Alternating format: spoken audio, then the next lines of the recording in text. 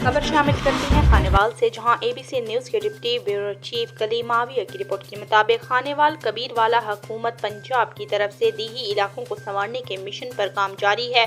Deputy commissioner Mohammad Ali Bukhari रोजाना देहात में सफाई का ऑडिट कर रहे हैं। कबीरवाला में मोहम्मद अली बुखारी ने यूनियन कौंसिल 13 बूटा सिंह वाला, यूनियन कौंसिल 18 मौलापुर का दौरा किया। डिप्टी कमिश्नर ने दफातर में सफाई प्लान चेक किया। विलेज कमेटियों से मीटिंग की। इस मौके पर डिप्टी डायरेक्टर मोहम्मद शाहिद और असिस्टेंट डायरेक्टर राव कासिम अली भी इनके हमरा थे। डिप्टी कमिश्नर ने विलेज कमेटियों से सफाई ऑपरेशन में मकामी अफराद का ताउन यकीनी बनाने की अपील की और मकामी अफराद ने जारी सफाई और डिसल्टिंग के कामों पर इजहार एतमानान किया। डिप्टी कमिश्नर, डिप्टी डायरेक्टर और असिस्टेंट डायरेक्टर ने दोनों यूनियन कौंसिल्स की गलियों में जाकर काम चेक किया। अमला सफाई से मुलाकात भी की।